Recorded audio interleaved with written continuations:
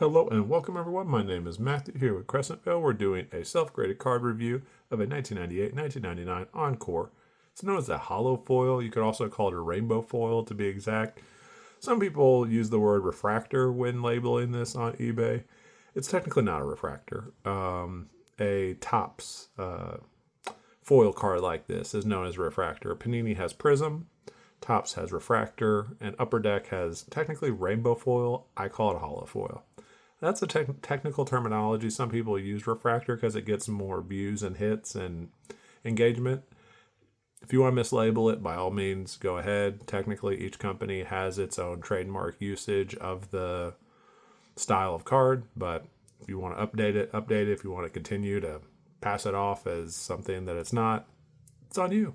I'm not the police of eBay. They could tell you if they were better at policing that terminology of the word, but they seem to.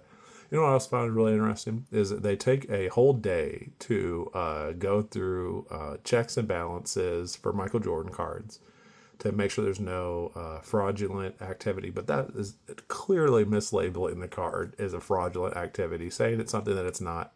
That's, in my opinion, fraud. So you'll never see me call these cards refractors. You always see the word holofoil. If you want to be more, I would call it a rainbow foil, but they have a holofoil effect. If you wanted me to be exact, I could use that rainbow foil terminology. It actually is longer in the title, so I don't think that it's really that far of fraud calling it something that's not. It is a holofoil. If people just want to start all using holofoil for all three different types of cards, you could do that. But Prism is Panini, rainbow foil, Upper Deck, and refractor. When it's not always a refractor on Topps cards. Sometimes it has to label it on the back. I think for me to label it a refractor, that's my bit rant. Another quick disclaimer is that these cards are not guaranteed to cross over. The grades specifically are not guaranteed to cross over at grading companies at these grades. The monetary value is not guaranteed to increase or decrease with the grades. After all that tirade, let's get into the grading of this card. So the dunking, if anybody really looks at these cards closely, there is several of these Michael Jordan Encore cards. And the ones where he's dunking gets more traction, more higher bids. And some people put the word dunking in the description to get that. And there's nothing wrong with that. He is dunking in the photo. So it's like this card, and then I have another one here. These are just a little more sought out after. The fact that he's dunking in the card, for some reason, buyers like that more than just a shoot or a pass.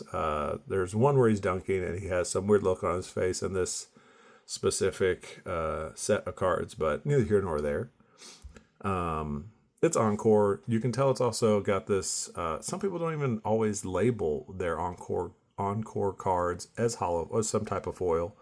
Sometimes they let them just up there without that terminology. I hope they get more traction, possibly more bids if they understood that different terminology. So that's one of the reasons why we do this, is to help educate other eBay sellers. Hey, I have several of those. I need to label them correctly to be able to let my buyer know, because sometimes not all lighting really brings it out of the card. I think I might have one here that I do. So this one is a non-holofoil version. Just, you call it base, non-parallel. But yeah. This will be we have putting together a lot of Jordans, so like Fleer Ultra, Hoops, Upper Deck. Really like this Fanimation card. Again, like, really love these cards. A bit of a, like, I put these in because it has like a gold foil. A seller put this in for free whenever I was buying a Crash in the Game or In Your Face. This card, just really sought out after card. I find it good to throw into the lots. McDonald's, Jordan, and then a 3D Jam if you have 3D glasses. So I think this is like 9 of the 10 cards that I'm putting together. I like to have lots of 10. And it's just a little addition style different to when we do these graded cards. It's like you could buy a whole lot of cards. You could buy one specific graded card, whatever is your preference. So this card, one of the, I think, biggest points of, I don't want to say contention, but a big point that I specifically look at when I'm buying them raw is I will look for the centering difference. And it's a bit more on the right than the left. There's a bit of a discrepancy there. And also top to bottom, this specific card, you can kind of see how much space is there between the Upper Deck logo on the top. And then here it's pretty similar. So you can kind of see those. Do we have, yeah, great, we do. This got a 10, and this is an Encore, not exactly the same, but you can see the amount of spacing to the top to bottom of the Encore there. You can also take a look at the edges, or the corners. So I would even say that there is a slight, like, imperfection on the corner if you kind of like hit it at different angles that you can kind of see like right there. It kind of just feels, it's nice when they give 10s to, you know, people submitting their cards. I bought this on eBay. I wasn't even the submitter on this one. But there's times where these professional graders, I'm kind of like, is that card an actual 10? Because there could be like imperfections. That is just part of the slab there, not on the edge.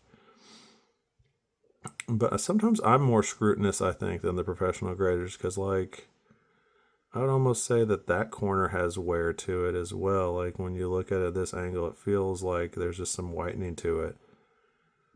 So, you know, I do kind of appreciate when 10s are not always gatekeep so closely.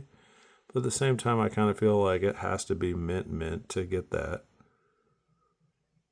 Like, to me, that's not a 10. Anybody else watching? That corner's not a 10. So you could be like, well, the corner's got a 9.5 and everything else got a 10. Maybe. Can't tell because there's no subgrades. So I love that grading company. I don't want to talk smack, but yeah, it's interesting that there can be imperfections on 10s. What the main point of that was is take a look at the top to the logo to the top spacing, and also bottom to the essentially that area to the bottom spacing. Now, I don't see there being a lot of discrepancies there. On the back, you can kind of see logo to the right, logo bottom. A little more room on that logo bottom. And then let's see up here if that's the same. It is close. We kind of see, I think I'll count that off on the edge. It's close to the corner, but I'll count that on the edge of an imperfection when we get to the edges. But centering, I would find the centering to be in between a 9 and a 9.5. And I think a 9 overall for me is where I land on the centering on this card. And we will take a look now. I guess we were already looking at the edges on that back. We'll take a look at the edges on the front. We found one pretty good imperfection on the back that I think is even noticeable by the naked eye. But on the front, I'm not seeing too much wear on any of the edges.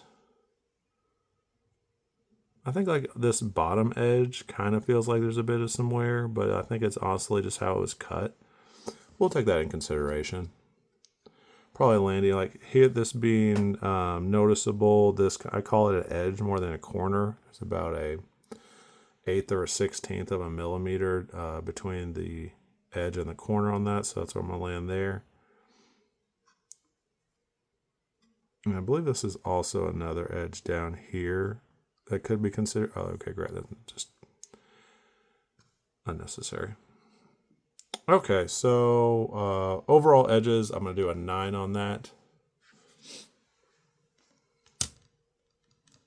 Because there was, like, similar to the centering, there was some imperfection, but it wasn't really that impactful. The corners, I took photos of the corners really close up before the video. And I'll be interested to see what Grok gives this. Like, that corner has a little bit of wear to it. Probably going to land on a 9 for corners on this one.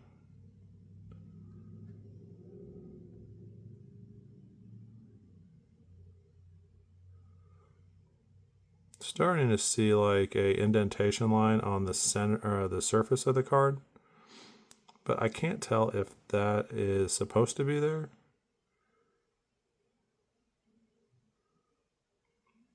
Let's see our other card. It's kind of like, does it happen on the other edge as well, or surface?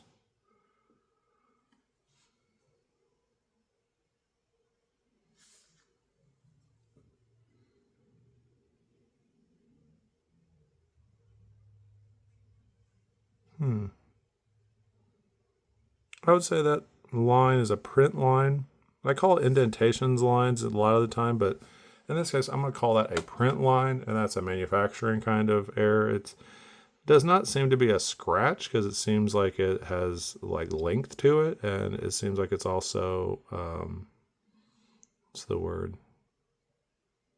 Symmetrical. So yeah, we got to take that off on the surface. We're looking at corners right now. We already took it off for that part back there, so we're looking at other corner wear. Nice clean corners.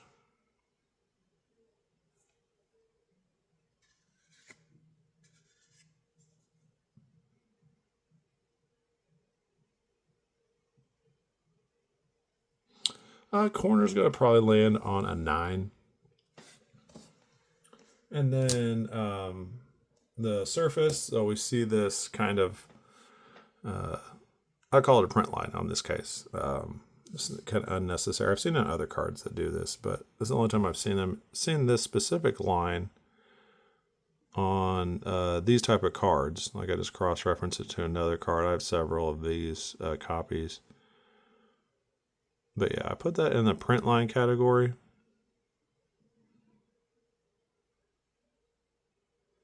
So that kind of drops it down to an 8.5 to an 8 on the surface. It's going to be a 9 kind of regardless because the other 3 scores are 9s. If there was significant damage to the back, I would take that in consideration.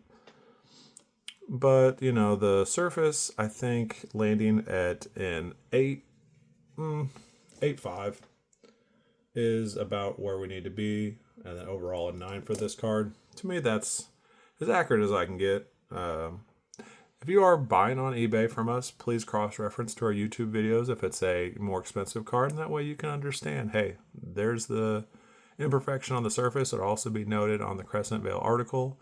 Thank you for watching and continue to watch.